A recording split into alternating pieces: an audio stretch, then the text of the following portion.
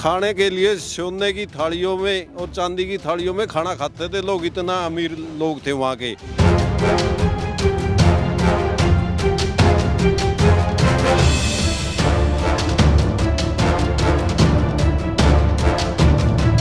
जवाहरलाल नेहरू जी ने कहा था कि ये हमारा तीर्थ है भाखड़ा डैम, और इसको भी जो है बेचने की कोशिश में लगे हुए हैं।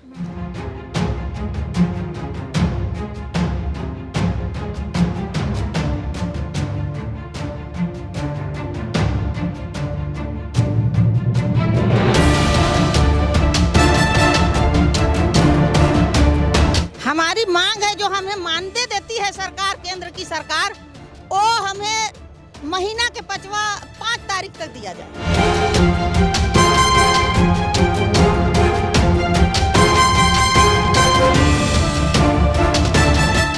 जो किसानों को मजबूर करेगा ये बाहर का जो ट्रेड डील के माध्यम से, हमें उनकी चीज़ें तो खरीदनी पड़ेंगी दुगने तिगने रेटों में, और हमारी चीज़ों की वैल्यू तो कुछ भी नहीं रहेगी।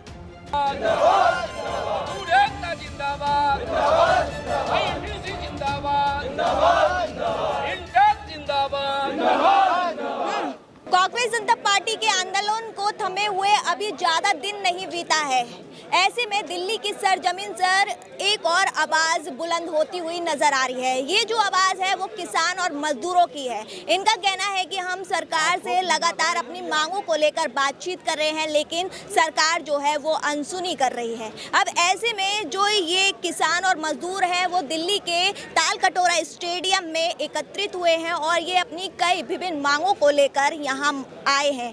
भारतीय किसान यूनियन के राष्ट्रीय अध्यक्ष राकेश टिकैत वो यहाँ जल्दी ही आने वाले हैं और हम उनसे भी बातचीत करेंगे और जानेंगे कि उनकी क्या मुख्य मांग है। और हम यहाँ पे जो भी लोग मौजूद हैं किसान मजदूर, हम उनसे भी बातचीत करेंगे। चलिए, ठीक है। तालकटोरा स्टेडियम में सभी मजदूर और किसान एकत्रित हुए हैं। किन मांगों को लेकर ये एकत्रित हुए?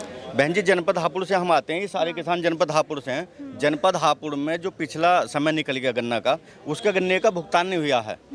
आज दिन विद्युत विभाग किसानों के कनेक्शन काटता है। 90-95% खेती वहाँ गन्ने की है, लेकिन पिछले वर्ष का भी गन्ना भुगतान नहीं है। इस सब परेशानी को लेकर जनपद हापुड़ के किसान आज यहाँ पे आया, जो अपने राष्ट्रीय लीडर है, अपनी बात रखेंगे। अच्छा, तो इसमें मुख्य मांग क्या है? हमारा गन्ना भुगतान करवा दो, जिससे हम अपने परिवार का पालन पोषण कर लें, बच्चों की फीस जमा कर दें, विद्युत बिल जमा कर दें। ट्रेड डील बहुत बड़ा मुद्दा है। जो ट्रेड डील हुई है अमेरिका के साथ, हाँ, उसका हम विरोध कर रहे हैं, क्योंकि किसान बर्बाद हो जाएगा। हाँ, अगर ये नहीं मानते हैं और निर्णय नहीं लेते हैं तो हम लोग सड़कों पर, जैसे आपने देखा होगा पिछली बार 13 महीने दिल्ली यहाँ सड़कों पर बैठा था दिल्ली में, आने वाला समय भी हो सकता है कि यहाँ बैठना पड़े हमें।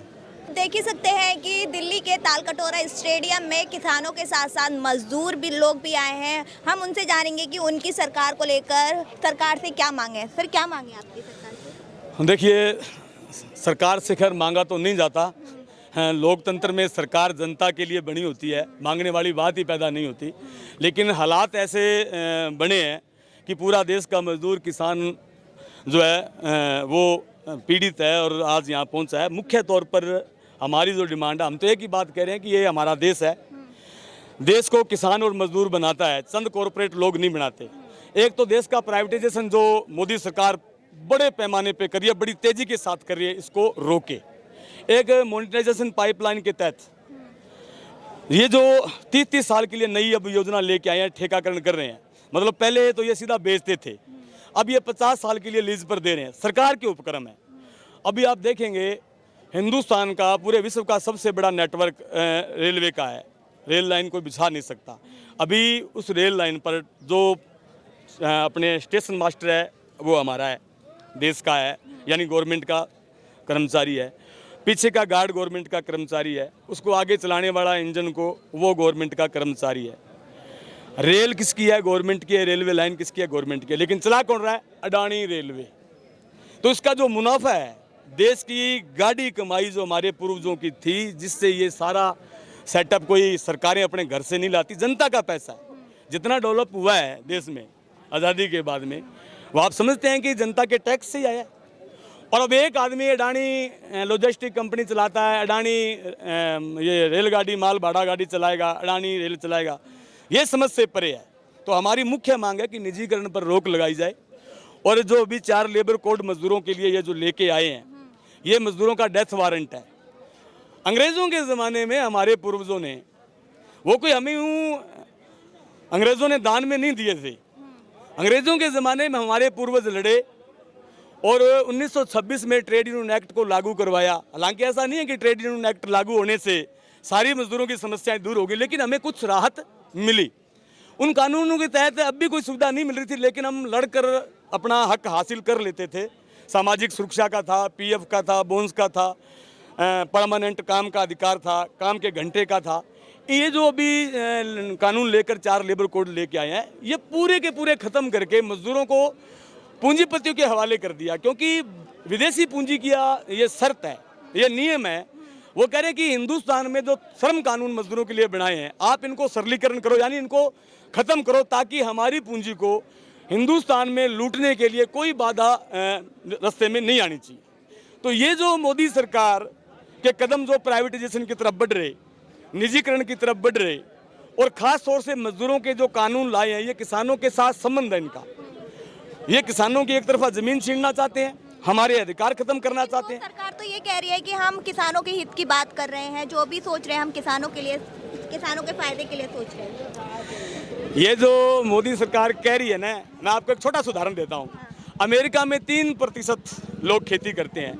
अमेरिका के एक किसान के खाते में कैश सब्सिडी ट्रांसफ़र 20 लाख रुपए जो है कैश सब्सिडी ट्रांसफ़र होती है हिंदुस्तान के रुपए के हिसाब से।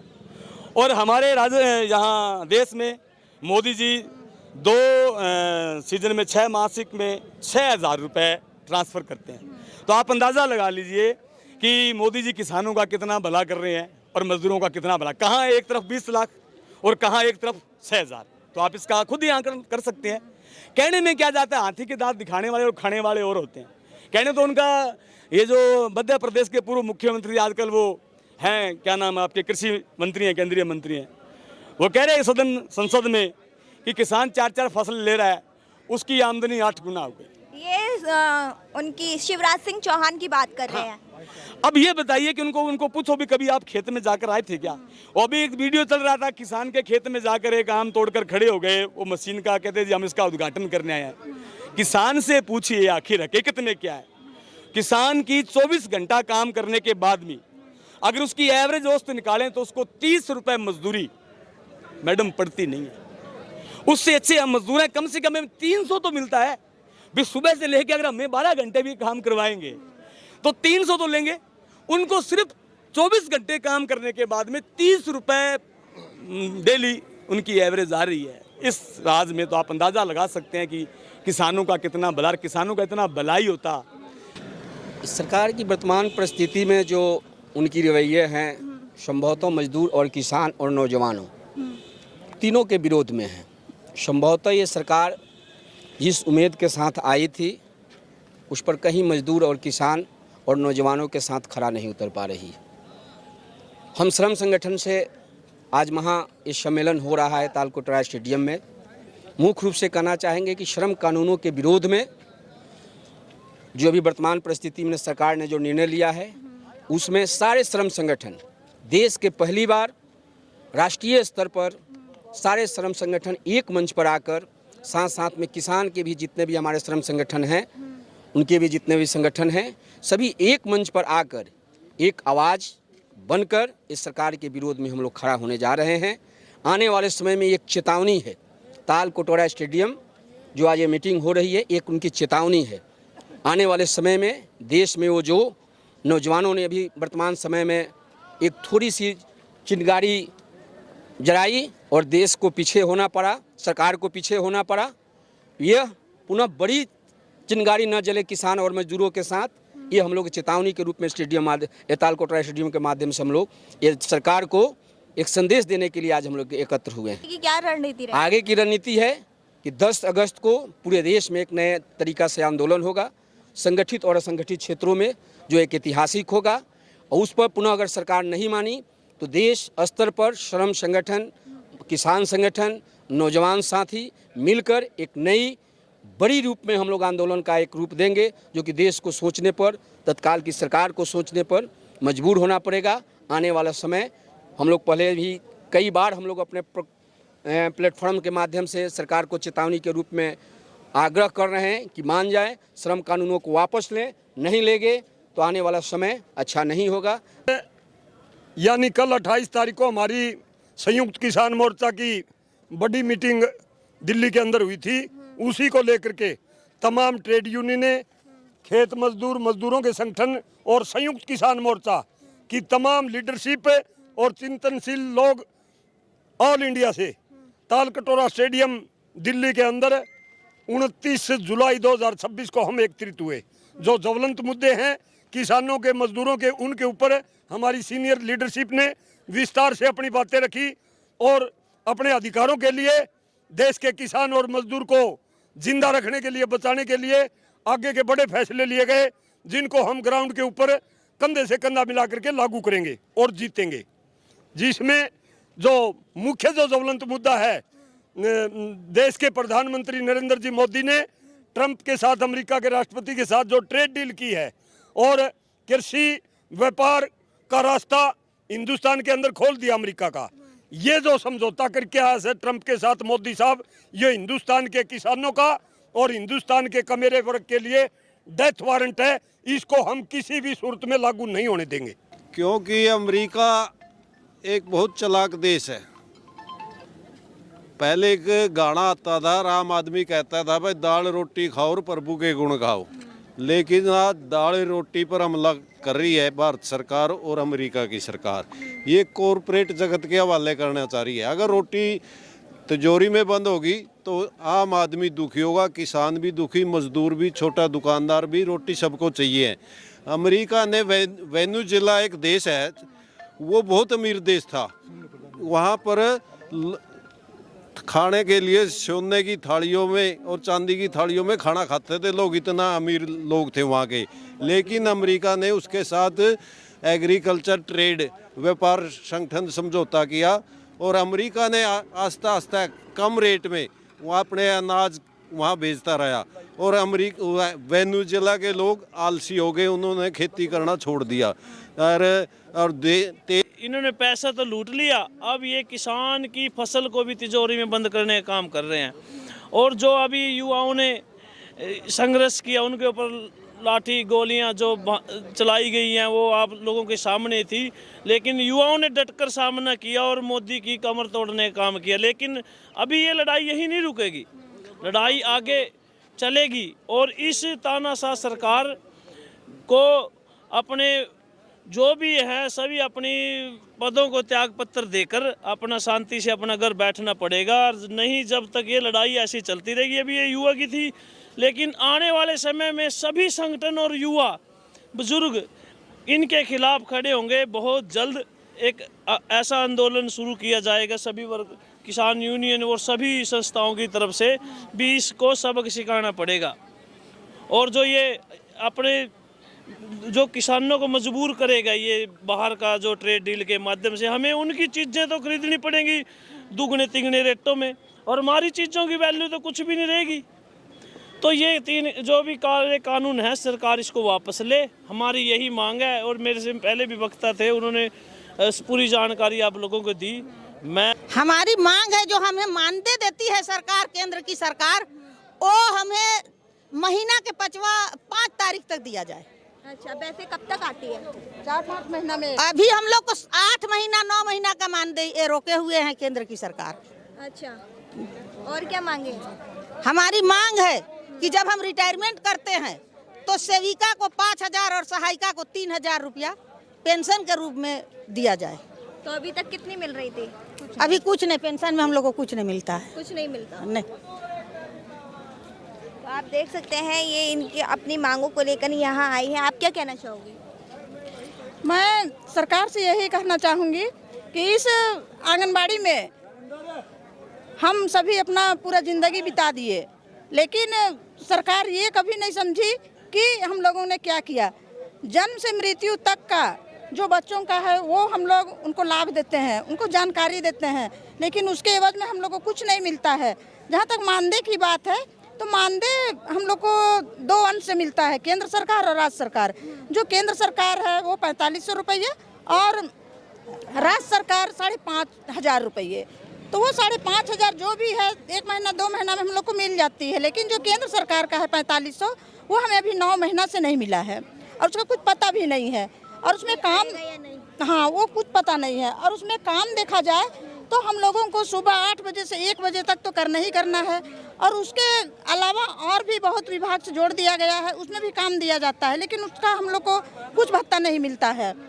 और जहाँ बच्चों को जो आंगनबाड़ी में खिलाया जाता है, जो पूरा का आहार पोषाहार, वो भी अभी हम लोग को नहीं मिल रहा है। हाँ, वो भी नहीं मिल रहा है और ना उसका राशि मिल रही है। और जो THR में जो बच्चों को बांटा जाता है महीना में 1 दिन, वो भी अभी 7-8 महीना से बंद है। तो मैं ये कहना चाहूँगी कि सरकार तो सब बंद कर चुकी है, लेकिन हम लोग हैं झारखंड ग्रामीण क्षेत्र से, तो ग्रामीणों को लगता है कि सरकार दे तो रही है, लेकिन वो हम लोगों तक नहीं मिल रहा है। तो उसमें हम सभी आंगनबाड़ी सेविकाएं, सहायिकाएं जो बहनें हैं, वो बदनाम हो रही हैं।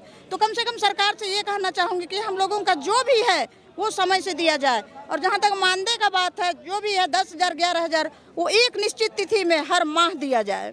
ऐसे में सरकार तो महिलाओं को सशक्तिकरण बनाने की बात कर रही है और आप यहाँ पर सरकार के खिलाफ ही मोर्चा लेके ये इनका करनी और कथनी अलग है ना। इनका करनी नहीं है, इनका कथनी है। ये कहते हैं महिलाओं को सशक्तिकरण कर रहे हैं, बिल्कुल गलत बात। ये तो महिलाओं को रंध को मरा रहे हैं।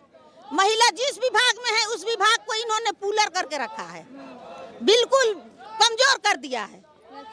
और बेटी पढ़ाओ बेटी बचाओ कहते हैं ना, इनका केवल करनी है, कहनी है, इनका करनी नहीं है कुछ।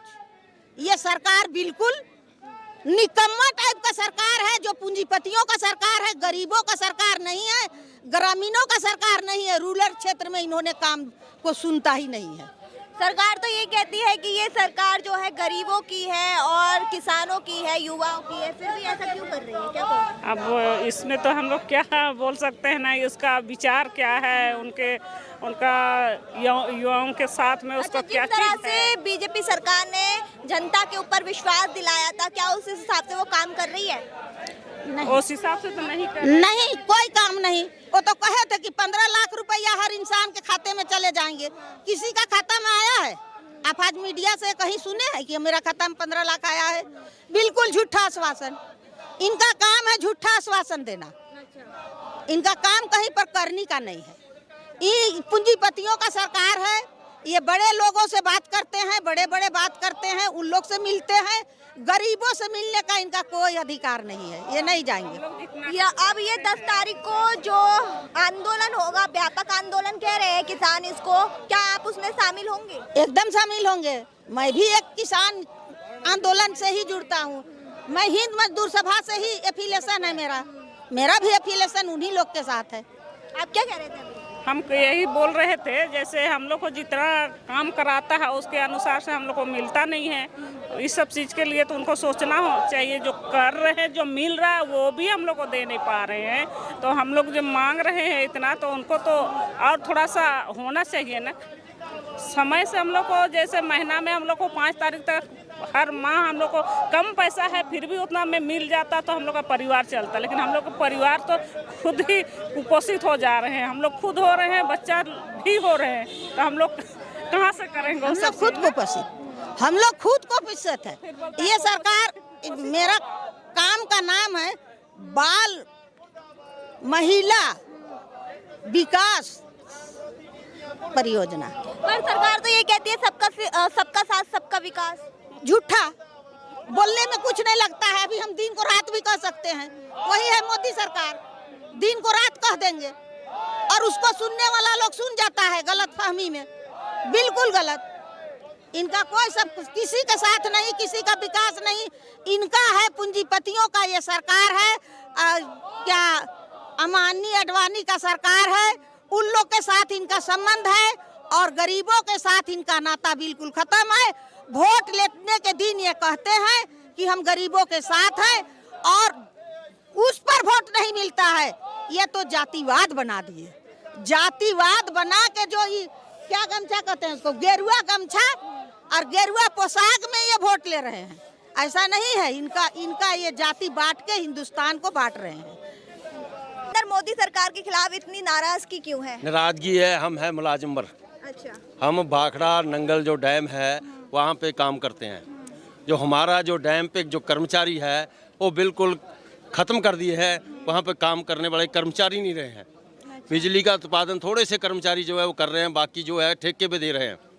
ठेकेदारी प्रथा जो चला के और इसका जो सिस्टम है उसको ख़राब करने पे लगे हुए हैं। और ये जो जवाहरलाल नेहरू जी ने कहा था कि ये हमारा तीर्थ है भाखड़ा डैम, और इसको भी जो है बेचने की कोशिश में लगे हुए हैं। अभी ये इनकी सरकारें जो है पंजाब में नहीं है, इसीलिए ये बचा हुआ है। हरियाणा में इनकी सरकार है, सेंटर में इनकी सरकार है, राजस्थान में इनकी सरकार है। अगर ये सरकारें पंजाब में भी इनकी बन गई तो ये भाखड़ा डैम को आने वाले दिनों में बेच देंगे। और बिजली जो है अपनी मर्जी से बिजली जो अडानी सरकार को देते हैं, ये ठेकेदारी प्रथा उनको कर देते हैं, ये अडानिया को बेच के और वो अपनी मर्जी से जो है वो रेट लागू करेंगे। कर्मचारियों के साथ धक्का हो रहा है, लगातार कर्मचारियों का शोषण हो रहा है। पार्ट टाइम कर्मचारी हैं, कॉन्ट्रैक्ट वाले कर्मचारी हैं, डेली वेज वाले हमारे कर्मचारी हैं, जो लगातार 15-15, 20-20 साल से काम कर रहे हैं, उनको पक्का नहीं किया जा रहा। और ये सरकार से बार बार धरने लगाए, प्रदर्शन भी किए, लेकिन ये सरकार जो है मैनेजमेंट जो हमारी है BBMB की, वो जो है टस से मस नहीं हो रही है। तो ऐसे में सरकार से क्या मांग है? हमारी सरकार है कि जो मांग है कि हमारे जो कर्मचारी हैं उनको पक्का किया जाए, और जो खाली जो हमारी पोस्टें पड़ी हैं, लगभग 7,000 के लगभग पोस्टें पड़ी खाली पड़ी हैं, वैकेंट पड़ी हैं, उनको भरा जाए। आप क्या कहोगे? हम ये कहते हैं कि जो सरकार पूरे हिंदुस्तान में BBMB सबसे मुनाफे का संस्थान है। ये 2 रुपया 80 पैसे में बिजली को पैदा करके अपने उससे भी कम में पैसे में उसमें सबकी तनख्वाह निकाल के BBMB का खर्चा निकाल के बाकी सरकारों को बिजली देता है 2 रुपये में प्रति यूनिट। और बाकी सरकारें उस बिजली को महंगे रेट में बेचती है आम उपभोक्ता को। BBMB में पिछले लंबे समय से कोई नई भर्ती नहीं हो रही है। जो कच्चे कर्मचारी लगाए गए हैं उनसे मात्र 10,000 रुपये 9,000 रुपये में काम कराया जाता है, 4 घंटे का कॉन्ट्रैक्ट बेस पर, लेकिन उनसे काम लिया जाता है 12 घंटे। 4 घंटे का कॉन्ट्रैक्ट है कि 4 घंटे काम करेंगे 10,000 रुपये में, उनसे काम लिया जाता है 12-12 घंटे, 14-14 घंटे। मैंने खुद देखा है, और वहाँ धरना भी लगाया गया BBMB में। जो बड़े बड़े अफसर बैठे हैं, जो BBMB के जो अधिकारी बैठे हैं, वो सरकार तो उनकी आवाज़ वहाँ तक सरकार तक नहीं गई? ये बिल्कुल जा रही है, लेकिन सरकार ने आँख मीच रखी है। सरकार चाहती है नहीं कर रही है। सरकार क्या चाहती है? जो मुनाफा कमा कर देता है संस्थान, मजदूरों को कर्मचारियों को मुनाफा दे रहा है, तनख्वाह दे रहा है अच्छी, उस संस्थान को बेच के अडानी अंबानी को दे दिया जाए। आप देख रहे हो ना, अडानी ट्रेन, अडानी बिजली, अडानी पेट्रोल पंप, ये सब अडानी अंबानी का हो जाएगा।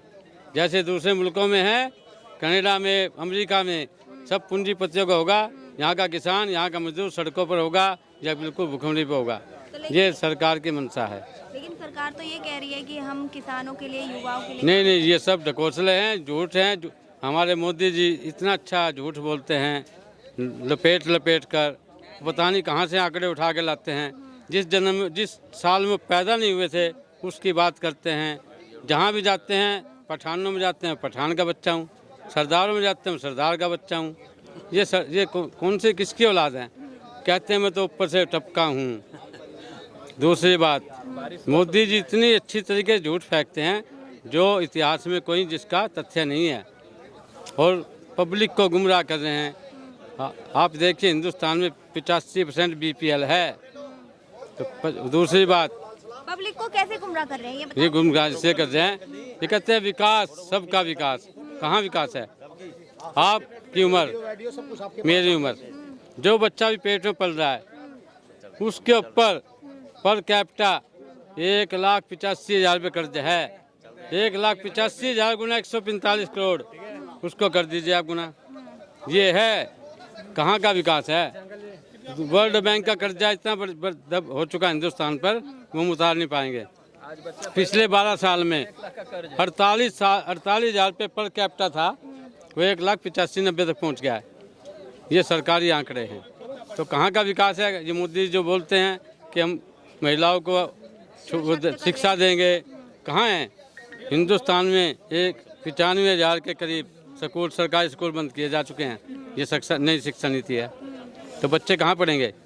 जिसके माँ बाप 9,000 10,000 तनख्वाह कमाता है, क्या वो अपने बच्चों को पढ़ाएगा या किचन चलाएगा या उनको कपड़े पहनाएगा, दवाई देगा? ये सब लूट खसूट की दुनिया है। सिर्फ अडानी अंबानी और ट्रंप से डरता है ये। ट्रंप इसकी बार बार बेइज्जती करता है और ट्रंप से फिर भी नहीं बोलता। ट्रंप जो पूरी दुनिया में गुंडागर्दी कर रहा है, डील के नाम पर, ट्रेड डील के नाम पर दूसरे मुल्कों की संस्कृति, वहाँ की आर्थिक स्थिति को खराब कर रहा है। ईरान ने, हम उसको बधाई देते हैं ईरान को, जिसने ट्रंप को, इजराइल को, पूंजीपति देशों को सबक सिखा दिया। एक मुल्क 10-10 मुल्कों के साथ लड़ रहा है। अमेरिका ने बेस बनाए हुए हैं अटैक करने के लिए, उसको इतनी जगह से लड़ाई लड़नी पड़ रही है। तो ये जो ट्रंप और दूसरे जो मुल्क हैं और हमारे मोदी जी उनके गुलाम बने हुए हैं। तो हम इसलिए कहते हैं मोदी जी अपने मुल्क को संभाल लो, यहाँ के युवाओं को संभाल लो, यहाँ के कर्मचारियों को संभाल लो, यहाँ की शिक्षा नीति सबके लिए एक शिक्षा दे। ये कहते हैं हमें एक राष्ट्र एक शिक्षा नीति लागू करें। कहाँ होगा? CBSE अलग है, हर स्टेट की अलग अलग एजुकेशन सिस्टम है, तो कहाँ से होगा? इतनी महंगी एजुकेशन है, इतनी महंगी चिकित्सा है कि आम आदमी की बस की बात नहीं है। आपका नाम क्या है? मेरा नाम रेवंत गोयल है। मैं राजस्थान से, बीकानेर जिले से, नोखा तहसील से, छोटे से गांव जांगलू से आया हूं मैं इधर। तो आज आप किसान और मजदूरों के साथ एकत्रित हुए हैं? हाँ, एकत्रित हुए है कि हमारे उधर राजस्थान में ना वो किसान और मजदूर इतना परेशान हो गया है।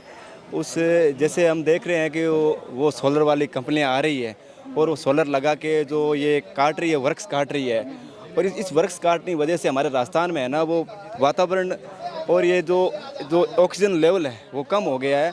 इसी वजह से मैं यही सरकार से कहना चाहता हूँ कि चलो ठीक है, देश का मतलब विकास होना चाहिए, लेकिन फिर भी है ना जो ये पेड़ पौधे जो कट जाएगा ना, तो हम आने वाले समय में हमारे जैसे राजस्थान जैसे मतलब जो स्टेट है वहाँ पर बरसात बहुत कम होती है वैसे भी। तो यही मैं कहना चाहता हूँ सरकार से कि इस पेड़ पौधों को बचाया जाए, पेड़ पौधे लगाए जाए। और लेकिन सरकार तो एक अभियान भी चला रही है ना, एक पेड़ माँ के नाम। वो तो अभियान सिर्फ दिखाने के लिए वो एक खाली जुमला है और कुछ नहीं है। और कुछ गांव और कोई पेड़ नहीं लगा रहे, सिर्फ वो पेड़ काटने का काम कर रहे हैं, सिर्फ ओनली फॉर। और जो गरीब है, जो अभी जो गरीब है, मजदूर है, उसका तो जीना हराम हो गया अब, क्यों गाँव में अंदर इतने रोज़गार नहीं है, रोज़गार बंद हो रहे हैं। जैसे मतलब ये मनरेगा है, ये तो बंद हो रहे हैं। तो गरीब है जो मजदूर है, उसका तो वैसे भी ग्रामीण स्तर पर आप समझते हो बहुत कठिन है। और बताओ, तो अब सरकार से क्या कहना है आपका? सरकार से यही कहना है कि आप सिस्टम को सुधारो, और यदि सिस्टम नहीं सुधार रहे हो तो फिर अब हमें बताओ, हम जैसे नौजवान इस देश के लिए हैं। देख सकते हैं कि दिल्ली के तालकटोरा स्टेडियम में किसान, मजदूर, ये सभी लोग एकत्रित हुए हैं और सरकार के खिलाफ इन्होंने मोर्चा खोल दिया है। और इनका कहना है कि जो सरकार है वो कहीं ना कहीं अपने वादों से मुकर रही है, और ये लगातार कह रहे हैं कि हम ऐसे ही सरकार के खिलाफ मोर्चा खोलते रहेंगे। और यहाँ पर मोदी सरकार के खिलाफ मुर्दाबाद के नारे भी लगे थे, और इन्होंने मोदी सरकार को खुलेआम एक चुनौती भी दे दी है कि अब जो आने वाला 10 अगस्त है उस पर व्यापक आंदोलन करेंगे किसान और मजदूर। अब देखते हैं उसको लेकर केंद्र सरकार कहां तक अपना फैसला लेती है। फिलहाल इसमें इतना ही। ऐसी ही तमाम खबरों के लिए देखते रहिए वी नेशन न्यूज़। मैं संजना, कैमरा पर्सन सैफी के साथ दिल्ली के तालकटोरा स्टेडियम से।